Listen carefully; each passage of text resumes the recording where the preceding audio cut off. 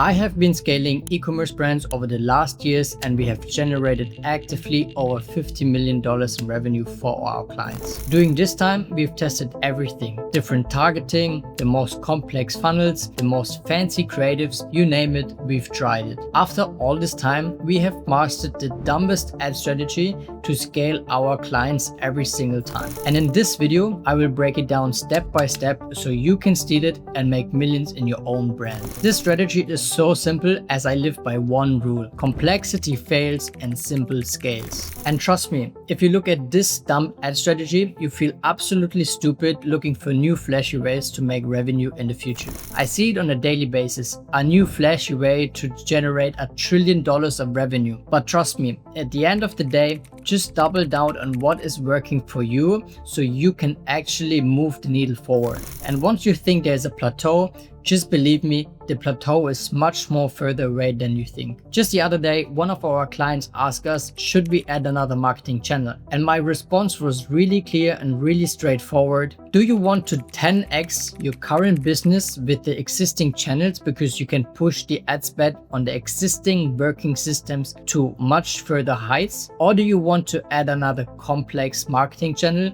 which brings friction not only in your business but only into the customer journey? The answer was so clear, and I think you see it too. He didn't even need to answer me. The answer is obviously no. We need to push the current boundaries. Our system is fairly simple. We build out a machine that works from bottom of funnel to top of funnel. And every time we add on something in the marketing, which is most likely just an add-on in ad spend, will feed the machine underneath it. So what is happening? You're improving and generating more power for your flywheel, and that is how it should be. So no matter at which level you are right now, just think of, how can I do more of the existing stuff to feed more input into the machine? So let's say you test 1 to 2 concepts a week for your brand. The only question you need to ask yourself is, how can I build out a machine that generates 4 to 5 or 6 concepts a week that fits into the machine, generates more power for the flywheel underneath it,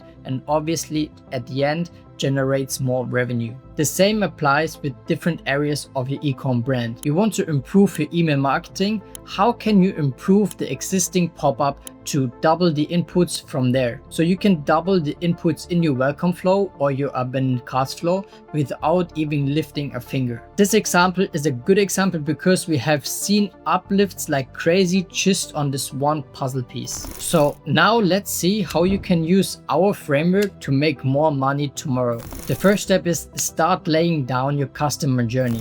At this point, I'm not talking about a high-level view. I'm really talking about a detailed overlook. Where is the entry in the customer journey? How does the customer flow through the existing customer journey? And where can you benefit even with a single uplift? And then the most important part, you need to have critical thinking. Once you have it mapped out in front of you, you need to ask yourself, for example, is an opt-in rate of 3-4% good enough, or can I double my inputs here? Once you decide, okay, I can double my inputs here, you can take actions. Let's say you double your inputs there, you will double the output of your welcome flow and all the other things that are following into the customer journey just by itself. This is already the example of going into fixing mode. You see a problem, you can fix it, and you will see a result of it.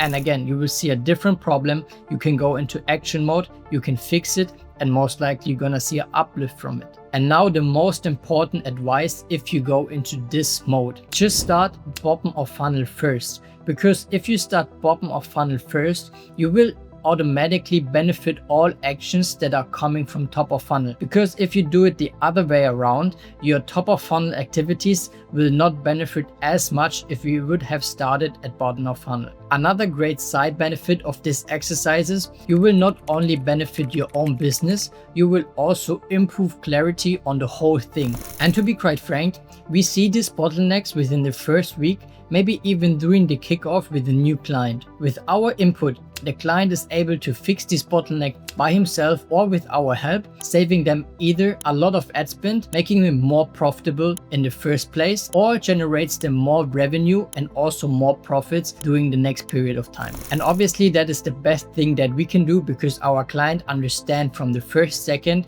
we are here to make them money. We are here to increase their profits and their revenue, and looking at their business as it would be our own. So in general, this process is really simple.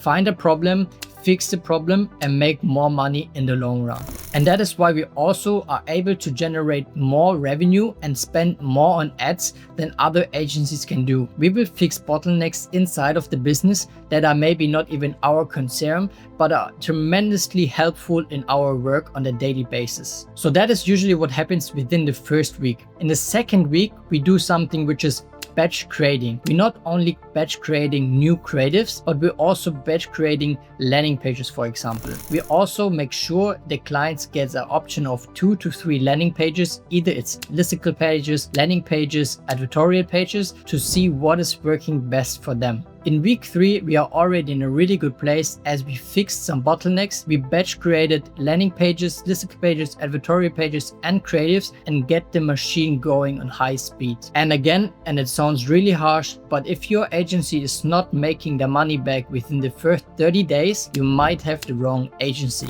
Because we are heavily involved in the process of the e-commerce brand, we are super strict in onboarding. We need to make sure the unit economics and the whole business, also the founder and the people who are working at the brand, are on the same page than we are. The same page means high growth and fixing problems quick to improve results fast. And to apply this strategy into a brand, doesn't matter if it's an e-com brand or any other business, all you need is a big whiteboard or maybe a mirror board that you feed with the existing information in your business. At this stage, it's really clear.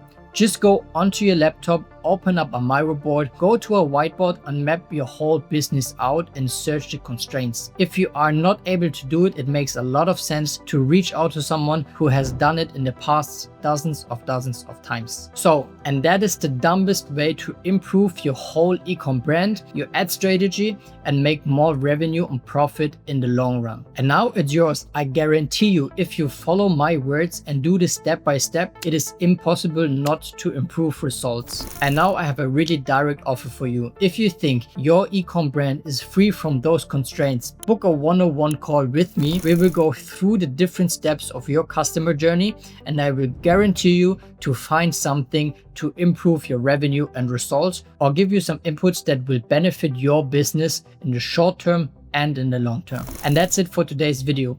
If you need or if you want an agency that prints money for you on top of your current baseline, feel free to book a call with me if you want to have mapped out the problems or not, and I will guarantee you improved results within 30 days without any risk. And with that being said, I catch you in the next one.